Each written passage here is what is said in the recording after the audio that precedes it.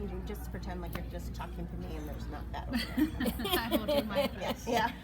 I'm just hanging out. Okay, you ready? Mm-hmm. Tell me your name and where you work. I'm Mary McDonald. I work at Sequoia Pathfinder at Eastmark. I teach kindergarten. Awesome. What part of the state is that? Or It where is that? like East Mesa. East like- Mesa. Yes, it's Okay. like Ellsworth and Okay. Ray. On the way Awesome. to Clean Creek. Yes, Mhm. yes. Okay. Awesome. And how many of these have you been to? I've been to two of the 2-day ones, and Okay. then I also went to a social development one that was actually held as a PD for like all the kindergarten in the district. Oh wow. Okay. And tell me why or how this has been beneficial to you as a teacher.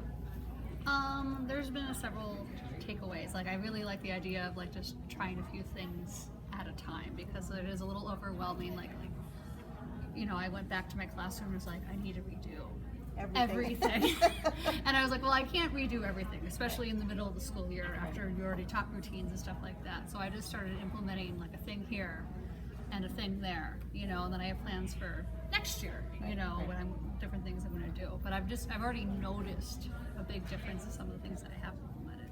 And say more about that. What have you noticed with children?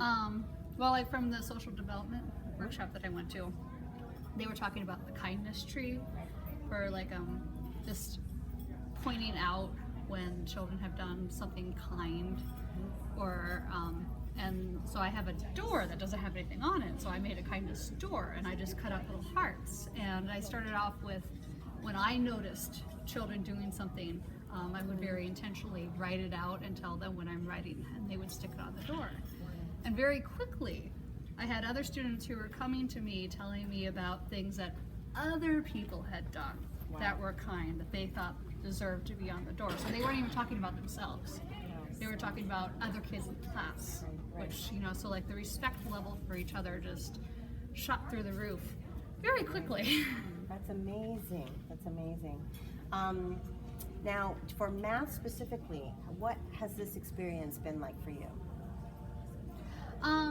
For math specifically, it was just more different ideas. Like we have everyday math in our classroom, which has a lot of the games and stuff like that. So it was just coming up with different ideas.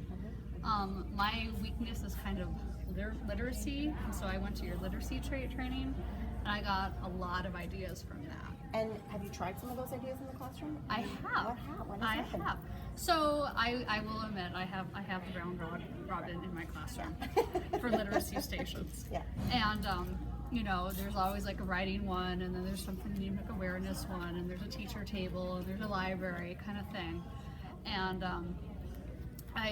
you were talking about the social dramatic play and stuff like that. So we were doing a unit on butterflies, and we had done last year. We did the same unit on butterflies, and so we had some materials like butterfly wings and like little antennas that the kids had done, and like some green shirts and stuff like that.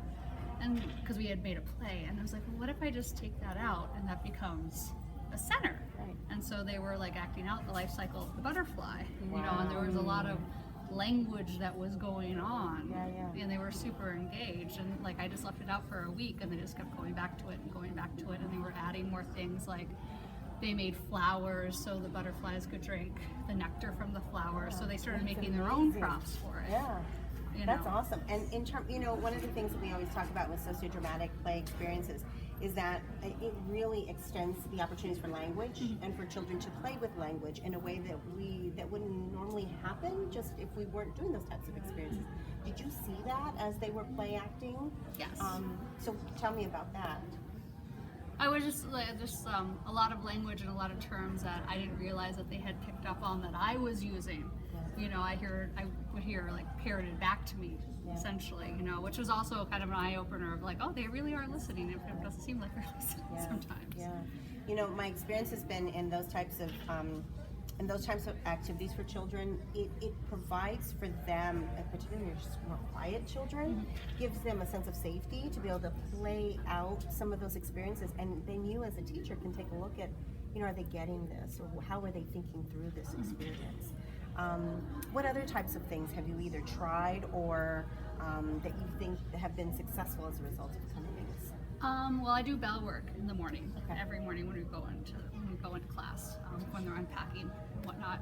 And I was doing these DIPLS worksheets, you know, that was just like, it was basically the same thing every day. It was just different things. Yeah. And I was like, you know, they're not really getting a lot from it, you know, and they're not excited by it and stuff like that. And so I switched it out to games, because I got the idea from the video that you show at the beginning, kind of thing. And so I switched them out to basically math games, since I already had a repertoire of math games and whatnot. And I just teach it to them during the day, and then they stay the same for a week, kind of thing. And they're really excited to come into the classroom now. Like, they stop at the door so I can give them a high five, and they're like peeking through the door, trying to see, you know, what do we have today? And they're like, yes, it's that one, you know, and they get really excited. And so like it starts the day off on a really good note, that they want to come into the classroom, and they want to have an opportunity to do these things.